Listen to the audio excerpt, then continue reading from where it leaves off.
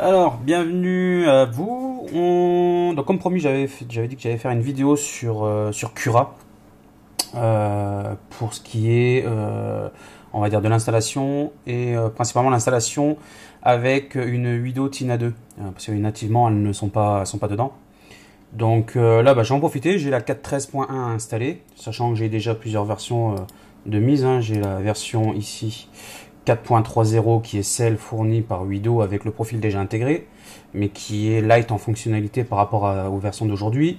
Il y a la 4.12.1 que j'avais gardée, la 4.13.0, et je garde à chaque fois mes autres versions, parce que des fois il peut y avoir des bugs, et il est conseillé quand même de garder une ou deux versions de Cura, parce qu'il suffit qu'il y ait une modification ou un truc qui passe mal, et ça peut générer des problèmes d'impression, donc du coup on revient sur la version précédente.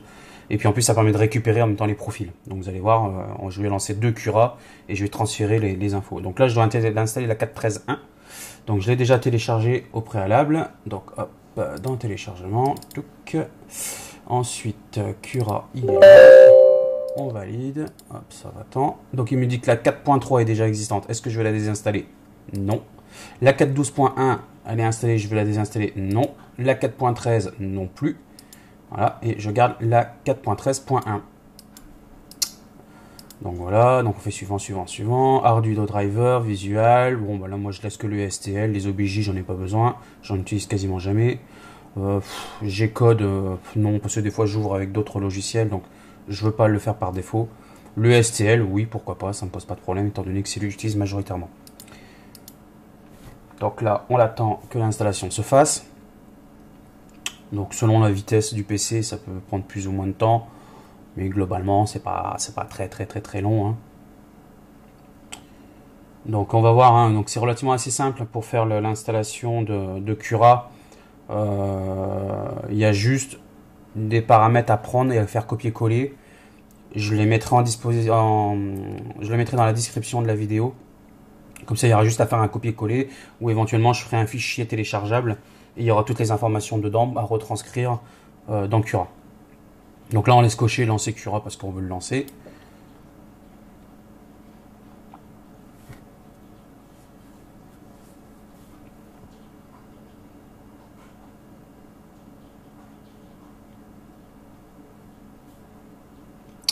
Ah, donc là, truc habituel, hein, il fait sa petite présentation, il fait tout ça. Bon, bah du coup, il m'a gardé mon profil, c'est pas grave, on va en recréer un, comme ça on verra. Donc il me mentionne ce qui a été rajouté. Voilà. Fix bug, tree support cloud de nos modèles, donc d'accord. Et bug sur les surfaces mode. Oui, effectivement, il y avait un problème sur les surfaces mode sur l'ancienne version où ça faisait des trous. Donc là, bah, il semblerait que ça a été corrigé. Bon, bah, tant mieux, c'est parfait. On va pas s'en plaindre. Donc ici, bon, on voit qu'on a déjà la Tina qui est déjà renseignée. Bon, moi j'en ai plusieurs d'imprimantes, mais c'est pas grave, je vais faire add printer. Voilà. Je vais. Non, moi j'avais coupé les sons Windows, mais non, moi je vais laisser, c'est pas grave. Donc add printer. Vous faites add non networked printer. Ensuite vous avez Ultimaker BV, vous réduisez ici. Je ne vais pas le faire parce que nativement c'est de l'Ultimaker, mais c'est pas grave. Vous allez, alors logiquement, alors à moins que ce soit cette version là, il l'ait rajouté, mais je pense pas. Est-ce qu'il y a eu la Widow qui a été rajoutée dans la liste des. Alors Widow, je sais qu'elle y est, mais est-ce qu'il y a la Tina 2? Non, il n'y a que la X40. Donc du coup, comme elle n'y est pas de panique, on s'en fout. On va dans Custom. Vous faites FFF Printer. Le Smoothie Custom Printer, ça va pas. On s'en fout. Vous mettez FFF, voilà. Vous faites Add. Alors il aurait fallu renommer. Je l'ai pas fait, mais c'est pas grave. On pourra le faire après. C'est pas gênant. Là c'est surtout ça, c'est les informations qu'on va rentrer ici. Alors, moi je vais vous donner les informations qui existent. Tais-toi. Voilà, je vais reprendre sur la 4.3, donc qui a été fournie par Widow. Et on va aller récupérer les informations de l'imprimante.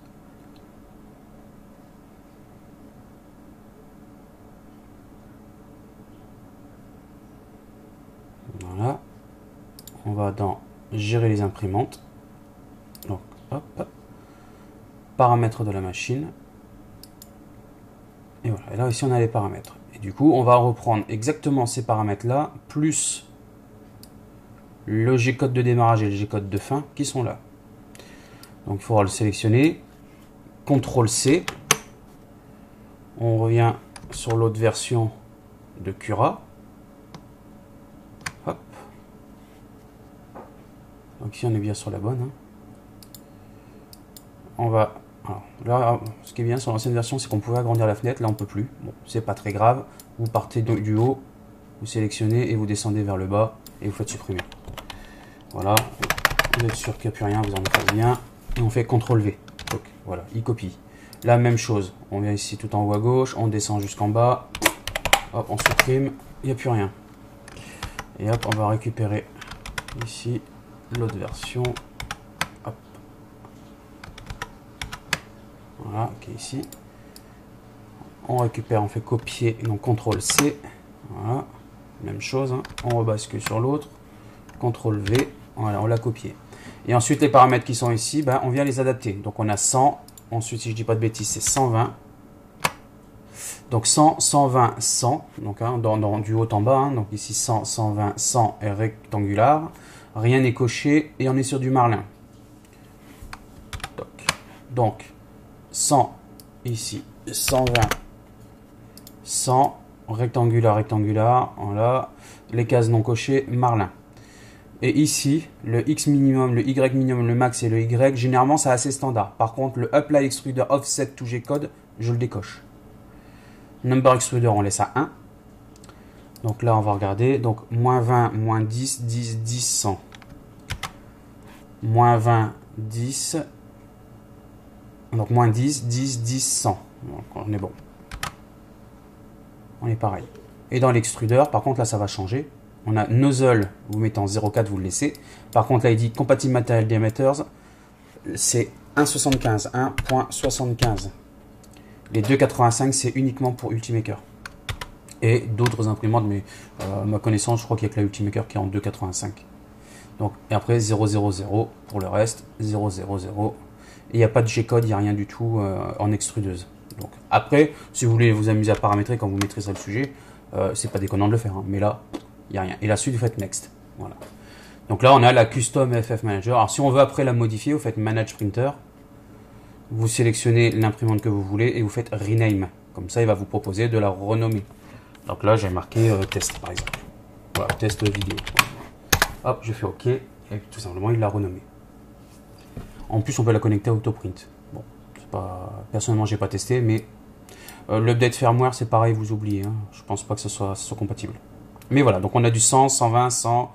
Et du coup, par défaut, si vous la sélectionnez, il vous met comme il faut la bonne dimension du cube. Donc là, déjà, première chose de faite, on a configuré l'imprimante. Maintenant, il va falloir configurer ici les profils. Donc il y a des profils qui sont téléchargeables. Et pour les importer, c'est pas compliqué. Vous allez faire ici Préférences, configurer Cura, Profil. Et là, vous allez faire Import. Et dans Import, donc moi j'ai profil Cura 4.3, mais c'est pas grave, hein, je les remettrai à jour régulièrement. D'ailleurs, j'ai vu qu'il y avait quelques petits bugs sur les versions 0.1 mm, donc, mais c'est pas bien méchant. La 0.2 fonctionne très bien, sachant que 0.2 c'est la majeure partie de ce qu'on imprime. Donc du coup, vous sélectionnez le profil dont vous avez besoin, donc 0.2 mm. Donc moi je le fais pas parce que je l'ai déjà, et il l'a retranscrit, donc tant mieux. Et une fois que ça sera fait, il va vous l'ajouter ici en dessous. Donc là, par exemple, la 0.2 avec tous les paramètres. Et vous allez retrouver les paramètres ici. Alors, concernant les paramètres, il y a des choses qui vont apparaître et il y a des choses qui n'apparaîtront pas. Même si vous n'êtes pas à l'aise et que ça paraît, c'est une usine à gaz, hein, clairement, il y a énormément de choses dont une bonne moitié ne servent pas directement. Clairement pas. Mais là où ça va être surtout donc tout ce qui est expérimental, spécial mode, mesh, machin, tout ça vous n'allez pas l'utiliser. À part le spécial mode si vous voulez faire du vase mode, mais voilà, ça reste clairement vous n'allez quasiment jamais l'utiliser. Expérimental pareil, mesh fixe, dual extrusion. Lui, dual extrusion, vous ne le verrez pas. Donc, vraiment ce que vous allez utiliser principalement, ça va être quoi? Cooling sur la Widow, vous ne l'utilisez pas, ça sera toujours du 100%, donc ça vous pouvez ne jamais vous en occuper. Le build plate adhésion, ça c'est l'adhésion au plateau. Ça, vous allez en avoir besoin. Donc vous avez par défaut le brim. Le brim, c'est le contour en fait. Il va imprimer plusieurs filaments sur le contour de la pièce pour qu'elle accroche et qu'elle ne vrappe pas. Personnellement, après, moi je suis pas fan d'avoir des couches ultra écrasées parce que on respecte plus après avec le temps les dimensions qu'on a au niveau de la modélisation par rapport à l'impression. On a un décalage, on n'est pas tout à fait sur les mêmes dimensions. Alors qu'avec un raft, ça vous évite d'avoir des couches trop écrasées et d'être plus proche des cotes réelles de ce que vous allez faire. Donc moi personnellement, sur un plateau froid, je mets du raft, même si ça gaspille un peu de plastique, c'est pas grave.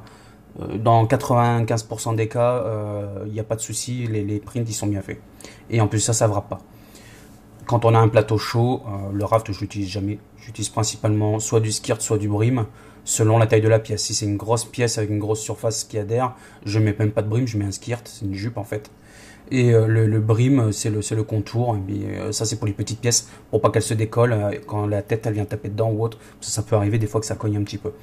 Donc voilà, ça c'est vraiment à faire. Jupe sur du plateau chaud quand c'est une grosse pièce qui a une grosse surface de contact directement sur le plateau.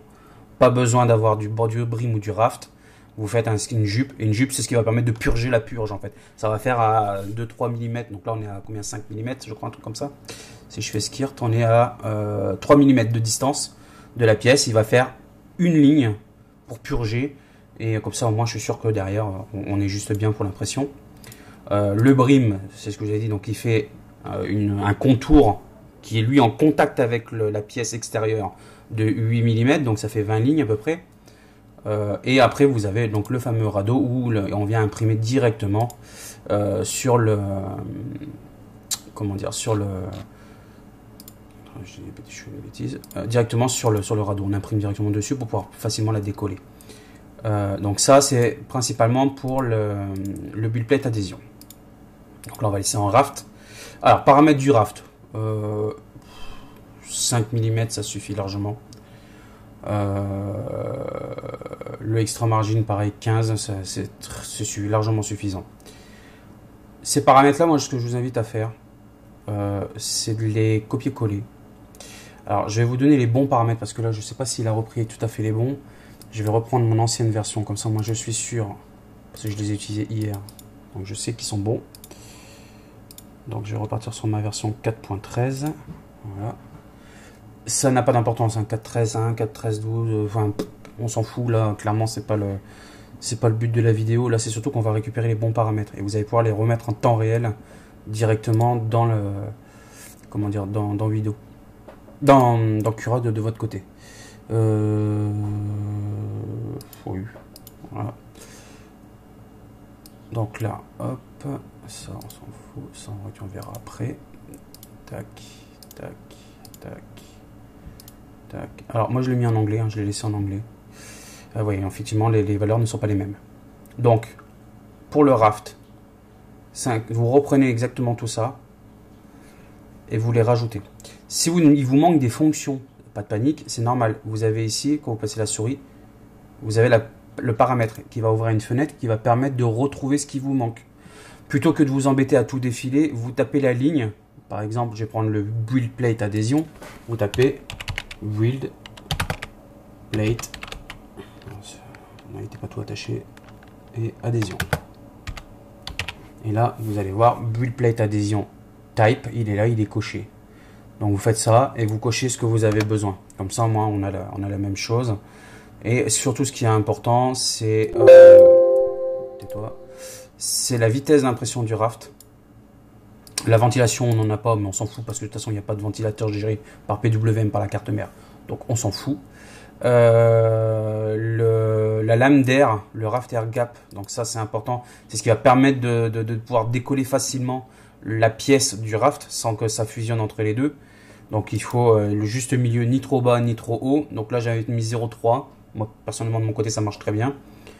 Et d'ailleurs, c'est avec ça que j'ai mis le Fanduc, avec ces paramètres-là. Et globalement, de ce que j'ai pu voir, ceux qui ont imprimé de leur côté le G-code déjà fourni, ils n'ont pas eu de soucis pour défaire le raft. Donc, globalement, il semblerait que ça marche plutôt pas mal. Donc, vous reprenez tous les paramètres qui sont là, vous les retranscrivez. Pour ce qui est du brim, Hop, voilà les paramètres, idem. Vous les reprenez et vous les rajoutez. Une fois que c'est fait, vous allez faire Update Profile with Current Setting Override. En gros, c'est il va réécraser ce qui a été déjà avant. Donc, faites attention, vous étiez bien sur les paramètres Widow Tina 2 mm et que vous mettez ces paramètres-là pour la 2 mm. Parce que si vous mettez sur un autre profil, ça ne sera pas du tout les mêmes paramètres. Il y aura des petites différences. Alors, il y a des choses qui ne changeront pas. Par exemple, là, ça ne changera pas la distance, bien sûr. Mais plus haut, vous allez voir que ça va avoir un impact. Le support, c'est pareil, ça aura un impact plus haut. Ensuite, cooling, donc comme je l'ai dit, c'est la ventilation, donc ça on s'en fout, c'est pas géré. Le travel, alors ça c'est ce qui va permettre de gérer la rétractation. La rétractation, c'est ce qui va permettre au fil de revenir en arrière. C'est, vous savez, les petits bruits que vous entendez, parce qu'il ne peut pas laisser couler le fil en permanence, sinon vous auriez des gros pâtés. Donc il faut qu'il puisse faire une rétractation. Et la rétractation, il y a une distance à respecter.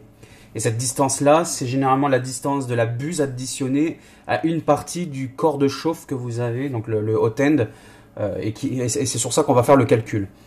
Si vous avez un hot end, rien qu'à lui seul, qui fait, on va dire, je sais pas, 6 mm de haut, ou 6 cm de haut, vous allez pouvoir monter super haut. Problème, c'est qu'il faut prendre en compte que derrière, vous avez aussi un effet de fusion qui se fait dans ce fameux corps de chauffe. Donc il faut le prendre en compte. Si vous mettez une rétractation beaucoup trop longue, vous allez relever beaucoup trop le fil. Et comme vous avez le relevé trop haut, il va refroidir dans le tube et il va fusionner à l'intérieur et il va boucher. C'est ce qui se passe aujourd'hui dans la majeure partie des cas des gens qui ont des problèmes de bouchage. C'est parce qu'ils ont eu soit la rétractation qui était beaucoup trop haute, soit parce que le ventilateur il est tombé en panne. Donc ça c'est la cause principale. Du coup, on a eu un effet volcan dans le tube. Tout est remonté le long par capillarité et ça a fini par boucher. Et vous avez aussi le cas où à chaque fin de print, les personnes éteignent tout de suite l'imprimante pensant que ça va consommer une énergie de fou, alors que pas du tout, ça consomme que dalle. Et il faut laisser le ventilateur refroidir au même titre qu'une voiture. Le ventilateur continue à tourner un petit peu, même que vous êtes descendu et fermé la voiture, il continue à tourner pour faire refroidir le moteur. Là, c'est un peu la même chose, il faut le laisser refroidir jusqu'à 50 degrés. Et après, le moteur se coupe de lui-même, le ventilateur, et après, vous pouvez éteindre votre imprimante. Ça évitera pas mal de problèmes. Et ne faites surtout pas autre chose que j'ai vu, c'est à la fin de chaque print, la personne se dit pour bien faire, je vais remonter, je vais faire un déchargement du fil, comme ça au moins, ça évitera tout problème. Non, justement, c'est ça, ça crée des problèmes. Le déchargement, vous le faites uniquement que si vous devez changer le fil, ou si le fil il a cassé. Mais sinon, dans le cas échéant, si c'est juste pour éteindre la machine, vous n'avez pas besoin de le faire, bien au contraire. Il faut le laisser. Si par contre vous voulez changer de fil, bien sûr, là vous faites un déchargement et chargement pour remettre le nouveau. Mais ne faites pas une rétractation et après éteindre l'imprimante et laisser le câble dedans. Le PLA, ça sert à rien et vous allez boucher dedans à l'intérieur et après le lendemain, vous ne saurez plus imprimer, vous allez faire de la sous-extrusion. Donc c'est tout à fait normal, mais il ne faut pas le faire. Mais je sais que c'est fait, les gens pensent bien faire en faisant ça, mais en fait non, ils font pire que mieux. Ils font plus de mal que de bien. Donc laissez le câble à l'intérieur, ça pose pas de problème. Si par contre il vient casser, vous faites un déchargement et là vous retirez le fil qui est à l'intérieur. Mais par contre, si c'est juste pour faire un déchargement parce qu'on a fini l'impression et qu'on va réimprimer peut-être que dans 3 jours, il n'est pas nécessaire de le retirer. Ou alors, si vous voulez vraiment le retirer, retirez-le entièrement. Donc c'est-à-dire qu'une fois qu'il a fait le déchargement, vous retirez tout de suite le fil, vous ne le laissez pas à l'intérieur. Parce que sinon ça va durcir et ça va foutre la merde. Donc surtout, ne pas faire. Donc pour revenir à la distance de rétractation, sur la Widow, 3 mm est un bon compromis. Après on peut fignoler, mais attention de ne pas monter trop haut parce que sinon vous risquez de faire des bouchages. Et là il va falloir tout démonter. Rétractation speed. Les moteurs peuvent aller jusqu'à 60 mm seconde. Donc clairement, même 60 mm seconde, c'est pas déconnant. On peut aller peut-être même un peu plus haut. Mais vous pouvez y aller sans problème. Vous pouvez monter au moins jusqu'à 45-50 mm par seconde. Plus vite il sera remonté et moins il y aura de fil d'ange. Les deux doivent être pris en considération avec la rétractation. Donc vous ne pouvez pas faire non plus des deltas beaucoup trop importants. Ensuite, le extra prime amount, c'est pour redonner un petit peu plus. Bon, pas forcément nécessaire. Le maximum rétractation count, c'est le nombre maximum de rétractations que vous pouvez faire sur une seule couche. Donc là on est à 90, donc ça fait déjà un sacré paquet de rétractation. Donc globalement ces paramètres là vous avez quasiment jamais y touché, hein. Mais faites en sorte qu'il soit bien mis, et c'est surtout cocher le enable rétractation et le rétractation at layer change. À chaque changement de couche il va faire une petite rétractation. Voilà. Et le combine mode vous pouvez mettre all. Donc voilà. Donc ça c'est pour éviter les, comment dire, c'est le mode d'évitement en fait, hein, clairement. Donc voilà, vous mettez ces paramètres là pour travel. Ensuite pour speed, alors ça c'est le plus important. Vous voyez, je vous demande pas, print speed 60. On peut aller plus. Bon, moi clairement j'ai pas forcément besoin d'aller plus, et puis ça va faire un vacarme encore plus important. Bon, étant donné que c'est une petite imprimante qui est faite pour faire des petits prints, n'allez pas mettre 120. Là par contre clairement c'est pas fait pour. Mais le 60 sans aucun problème. Le infill 60 pareil, hein, c'est le remplissage. Par contre l'impression des murs on est à 30. Et l'impression des... Donc c'est une moyenne, hein.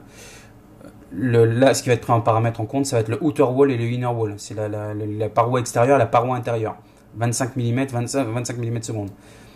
Ensuite le dessus et le dessous, la vitesse d'impression, donc 30. Le support infill, donc ça c'est pour tout ce qui est les supports, les remplissages de supports. Et les interfaces.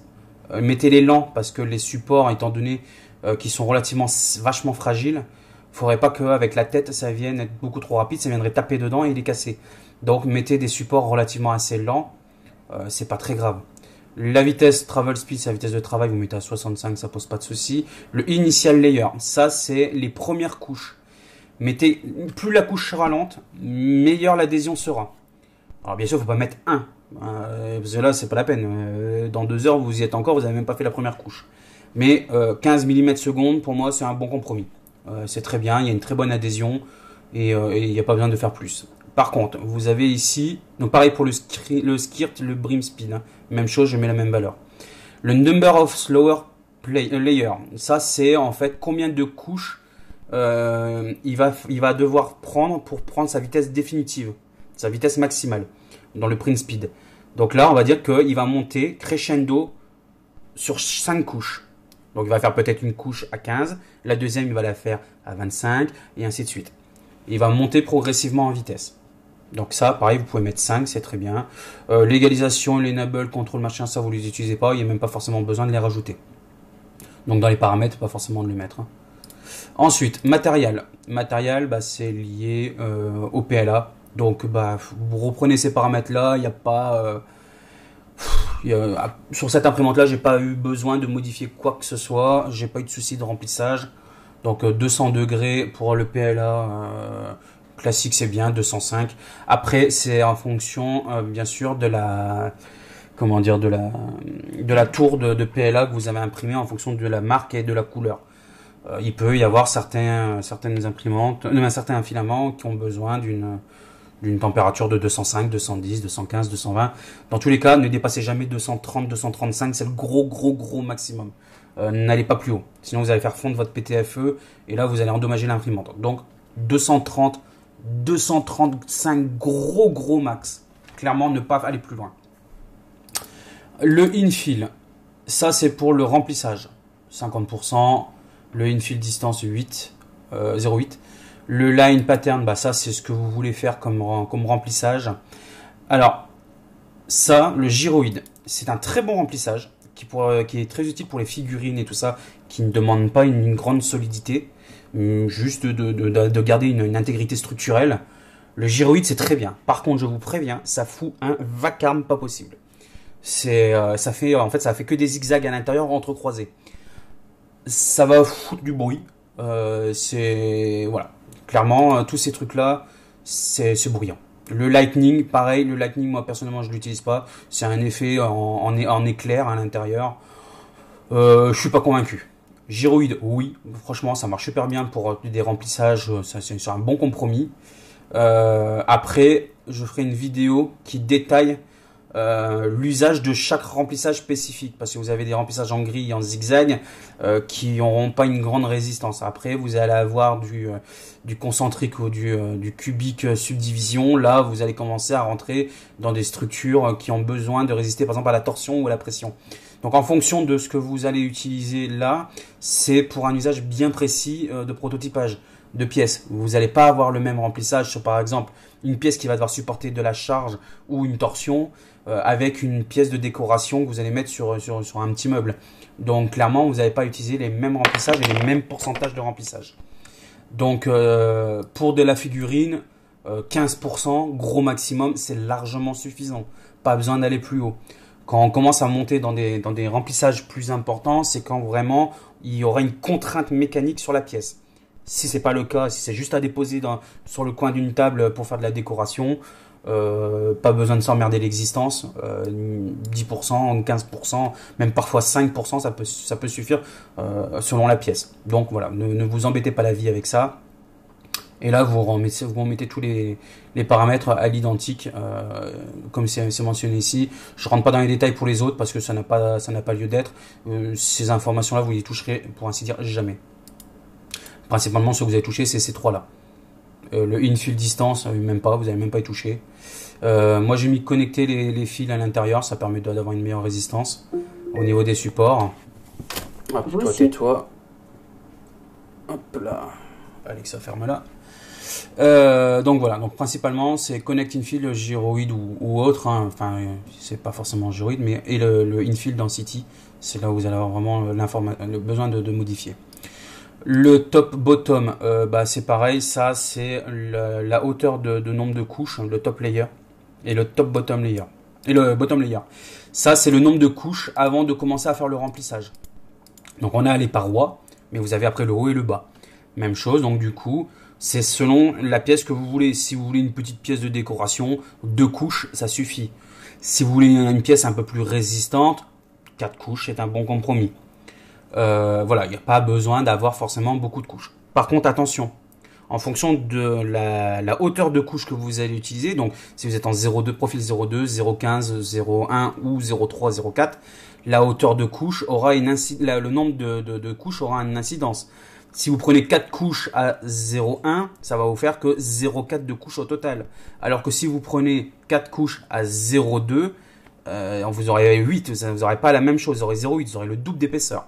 Donc ça, il faut le prendre en considération. C'est proportionnel à la hauteur de couche initiale au niveau de la qualité d'impression. Donc plus vous allez diminuer en résolution, plus vous allez augmenter ici le top layer. Parce que sinon, vous allez vous retrouver avec une feuille de papier en termes d'épaisseur. Alors après, c'est pas déconnant en fonction de ce que vous voulez faire, bien sûr. Mais voilà, si vous voulez quand même une certaine rigidité sur le cul de la pièce ou sur le dessus pour pas qu'on voit les supports, voilà, il va falloir quand même mettre quelques couches supplémentaires pour ne pas que ça se voit. Donc ça, il faut le prendre en considération. Ensuite, bon, sur tous ces paramètres-là, vous voulez, pareil, je rentrerai pas en détail, c'est les distances, etc. Vous pouvez laisser tel quel, vous reprenez à l'identique. Donc vous mettez pause sur la vidéo, hein, bien sûr. Les murs, ils sont là. Donc là, c'est ce que je disais tout à l'heure. Hein, donc l'épaisseur, le nombre de murs. Donc là, 4 lignes de murs. Bien sûr, pareil, même chose. Hein, c'est en fonction de la pièce que vous voulez. Si vous voulez une pièce qui soit rigide et bien qui résiste à la pression dans tous les sens, vous allez mettre 4, 6 ou 8. Voilà. Après, pas besoin d'en mettre 10 non plus. Hein, mais voilà. Sachant une chose, c'est que plus il y aura du wall line count, donc plus il y aura de l'épaisseur de mur, moins on verra les supports à l'intérieur. Parce que des fois, vous avez un marquage des supports qui apparaît. Donc il faut le prendre en considération aussi. Est-ce que derrière vous allez faire un post-traitement avec de la peinture ou autre, ou est-ce que vous allez laisser le tel quel? Si vous laissez tel quel, il faudra peut-être augmenter le nombre de couches de mur. C'est pas forcément nécessaire, mais voilà, en fonction de la qualité du PLA que vous allez utiliser, vous pouvez avoir des fois un marquage où on voit à travers et on voit les supports, donc les remplissages. Donc c'est pas forcément très esthétique. Donc dans ce cas de figure, il faudra augmenter si vous comptez pas faire de post-traitement, peinture, ponçage, etc. Donc ça, pareil, ça à prendre en considération. Ces paramètres-là, vous pouvez les garder tels quels. J'ai pas modifié et ça marche très bien. Là, par contre, c'est plus important, c'est le fameux quality. C'est ce qui va permettre de régler la hauteur de couche. Donc là, par contre, ça, il faut bien mémoriser ce que je vais vous dire parce que ça a son importance. La hauteur de couche, c'est la hauteur de la couche que vous allez imprimer en un passage. Elle va faire 0,2 mm d'épaisseur. Plus vous allez monter en millimètres, plus la qualité va se dégrader. Et inversement, plus vous allez diminuer, plus les traits sont fins et plus la qualité sera meilleure. Mais attention, plus vous diminuez, plus vous augmentez le temps d'impression. Ça ne va pas augmenter la matière, parce que vous allez finalement imprimer exactement la même matière, la même quantité. Mais par contre, ça va être beaucoup plus long parce que ça va trancher beaucoup plus finement. Donc du coup, le temps d'impression, au lieu par exemple sur une pièce classique qui va faire, on va dire, 200 couches, si vous passez de 0,2 à 0,1, on va faire 400 couches. Vous allez doubler le temps, au minimum. Si en plus il y a des supports derrière et tout ça, voilà, vous allez vraiment, vous pouvez multiplier par 3, par 4, par 5 en fonction de la pièce le temps d'impression. Donc ne soyez pas surpris que vous passiez de 1 heure d'impression à 3 heures parce que vous êtes passé de 0,2 à 0,1.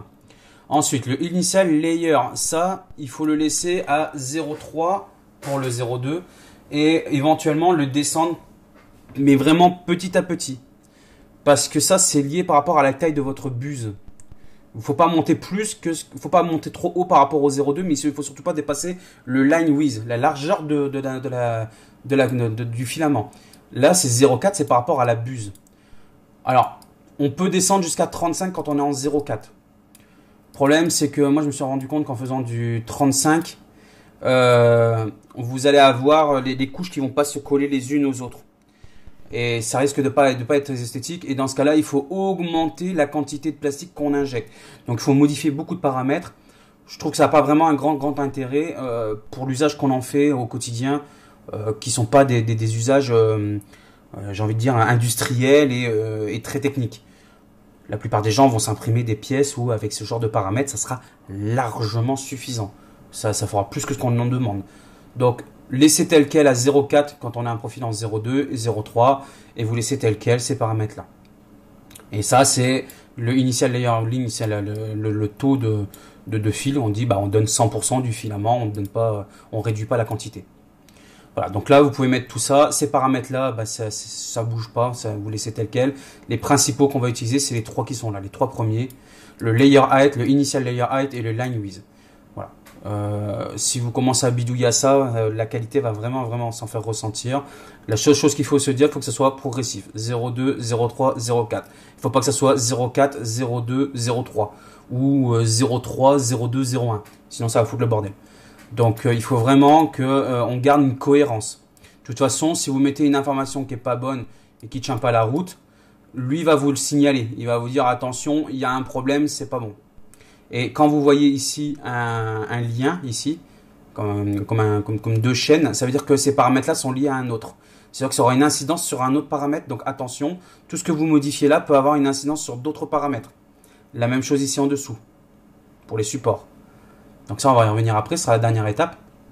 Donc bien faire attention de ne pas faire n'importe quoi. Et quand vous avez un f de x, ça veut dire que le calcul est fait en fonction de ce que vous lui avez mis au-dessus. Donc voilà, c'est pas du hasard, hein. Ça c'est calculé automatiquement en fonction des paramètres que vous lui mettez. Donc attention de ne pas aller forcer et de contourner le calcul mathématique qui est fait pour pouvoir vous donner les bonnes valeurs. Ensuite, la dernière information et la deuxième grosse information la plus importante, c'est les supports. Alors, les supports. Vous avez la structure de support, les standards, donc normal. Vous avez après le free qui est en arborescence. Et alors ça, c'est une nouvelle conception qui a été faite par Cura, c'est pas très vieux, hein, où ça va créer un arbre d'arborescence pour les supports. Et franchement, ça à retirer, c'est un bonheur à côté des autres. Donc utilisez majoritairement, en plus vous en utilisez moins de supports que sur les autres. Donc utilisez-les majoritairement ces supports-là en arborescence parce que derrière vous allez avoir un démoulage qui va en être vraiment facilité et ça fera le moins de traces possible sur les impressions. Donc ça, ensuite en dessous vous avez le tri-support branch angle. Donc ça c'est l'angle à laquelle il va commencer à créer des supports. Moi je l'avais mis à 40 dans un cas particulier, mais vous pouvez commencer à partir de 45. Ça c'est le minimum. En dessous de 45 degrés, vous n'avez pas besoin de support. 45 c'est bien. Après vous pouvez monter jusqu'à 60 sans avoir besoin de support. Mais dans ce cas-là, il faut savoir ce que vous faites. La pièce, elle a été bien conçue. Vous avez des chanfreins, vous avez des angles qui permettent justement de minimiser les effets. Donc, vraiment là, le support, c'est l'angle à partir duquel il va falloir mettre un support sur la pièce. Donc, quand je vois derrière, par exemple des Yoshi ou autres qui ont les bras dans le vide, bah, les bras dans le vide ne vont pas s'imprimer. Il faut qu'il y ait un support. Donc pour ça, vous allez mettre le support. Et vous pouvez le mettre à 45 ou même à 60, ça sera très bien, ça marchera très très bien. Il n'y a pas de souci. D'ailleurs, j'en ai un de Wido là qui va traîner quelque part. Je l'avais téléchargé. Il est passé où? Toc toc toc toc toc toc toc toc toc toc. Wido, il est où? Wido. J'ai pas Wido. Et c'est quoi ça? Baby Groot. Ouais. Ah non, Baby Groot. C'est pas Baby Groot, c'est pas bon. Bah écoutez, je sais pas, je vais prendre. Ouais, je vais prendre ça, allez. Ça, c'est une hélice de stress. Ça fera très bien le travail. Tac. Voilà. On va réduire sa taille parce qu'il est un peu trop grand. Hop, on garde la proportion. On va mettre 50%. Voilà. Et on fait un clic droit, centrer la pièce. Voilà. Donc, imaginons, il y a besoin de support. Bon, bah là, si je mets 45 degrés et que je slice, bah, il va me foutre des supports partout, clairement. Donc, ça va être un enfer à retirer. Alors que, bah, il n'y a pas forcément besoin. Par exemple, pour ce qui est en train de monter, là, les branches qui sont en train de se faire, il n'est pas nécessaire d'avoir des supports. L'angle est relativement assez mou, assez léger, donc il n'y a pas besoin d'avoir de support. Par contre, pour toutes les barres qui relient les deux branches, là, par contre, il faudrait des supports. Sauf que la distance entre les deux est quand même relativement assez courte. Et si on a une bonne ventilation, par exemple le fan Duc, que vous auriez imprimé au préalable, et qui est en pleine puissance, bah, peut-être pas forcément en pleine puissance, mais il faudra essayer. D'ailleurs, je vais faire les tests de ça. Mais déjà, rien qu'en puissance normale, va permettre de, pendant que le fil se dépose, il va tout de suite refroidir et durcir. Donc, il n'y aura peut-être pas forcément besoin d'avoir de support. Donc, on faudra les retirer, parce que sinon, vous allez vous retrouver avec un truc comme ça. Et le problème, c'est que c'est tellement fin que quand vous allez arracher les supports, vous allez aussi arracher la pièce.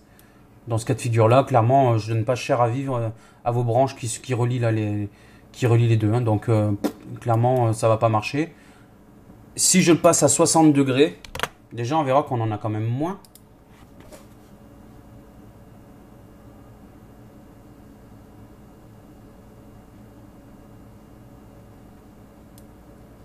Voilà, on en a un petit peu moins. Bon, pas beaucoup, mais un petit peu moins. Et par contre, si là, je lui dis clairement que je veux que des supports qui ne touchent que, par exemple, bah, j'étais déjà sur le plateau, donc voilà, ça change rien. Et si je mets pas de support, donc je désactive les supports, bah, en fait, il n'en utilisera pas. Donc clairement, ça, on peut l'utiliser sans support. Et d'ailleurs, c'est un truc qui est fait exprès pour tester le sans support. Donc là, vous pouvez voir, j'ai pas de radeau. Là, j'ai mis un brim. Voilà. Le brim, c'est ça. Voilà. Si je veux le passer avec une jupe, donc il va vous faire le petit tour de la jupe. Voilà. Donc là, il fait 2-3 lignes de jupe. Pourtant, non, ouais, non, pas non. Il en fait 3. Pourquoi il en fait 3 là-dessus? Normalement, il est censé en faire qu'une seule. Mais bon, c'est peut-être parce qu'il y a aussi la résolution, donc c'est pour ça. Donc il en fera qu'une, mais écrasée. Ensuite, le raft. Hop, on slice. Et là, on a donc le fameux radeau avec la lame d'air qui sépare. Voilà, ici, vous voyez, c'est pas en contact direct, il y a une petite lame d'air qui va permettre de décoller facilement l'impression. Voilà. Donc les supports, voilà, ça c'est vraiment très très important. Je sais pas si je vais pas directement faire un tuto que spécial support. Il y a quand même beaucoup de paramètres. Et là, je crois que je vais vous perdre et la vidéo va être trop longue. Mais voilà, principalement structure de support. Vous pouvez reprendre par contre déjà en amont tous ces paramètres là. Ça, vous pouvez les reprendre. Vous mettez pause, vous retranscrivez. Et puis pour ce qui est du détail complet de ces supports là, je ferai une vidéo vraiment pour ça. Mais au moins, vous avez déjà toutes les informations qui permettent de slicer. Et après, vous appuyez comme tout, hein, vous faites slice, vous faites enregistrer. Et il va enregistrer le G-code et vous mettez le G-code sur la carte SD. Donc voilà, je pense qu'on a fait quand même le tour rapide pour pouvoir au moins utiliser sereinement Cura avec la Wido sans que vous vous endommagez quoi que ce soit, si vous reprenez parfaitement les paramètres qui sont là et qu'il faut respecter tout simplement. Voilà. Déjà on a ça, et après on ira un peu plus dans... Je ferai une vidéo un peu plus détaillée sur les supports, même très détaillée, parce qu'il y a quand même beaucoup à dire à ce sujet. Et c'est un sujet dans l'impression 3D qui a énormément d'importance et qui influe énormément sur la qualité de vos prints. Donc ça, c'est vraiment une notion à prendre en compte, hein. Donc voilà. N'hésitez pas à me faire un petit retour, un petit pouce en l'air. Abonnez-vous à la chaîne si ça vous plaît. Rien d'obligatoire. Mais ça fait toujours plaisir de voir que les gens apprécient ce qu'on fait. Et au pire des cas, il y a un commentaire s'il y a des précisions à apporter ou s'il y a des erreurs. J'ai peut-être dit des conneries, c'est pas impossible. Bon, globalement, je pense pas avoir trop dit de bêtises, mais il y en a peut-être une qui s'est glissée parce que ça peut arriver. Mais voilà, donc n'hésitez pas à faire un petit retour et puis voilà. Allez, je vous dis bon print et surtout print your life.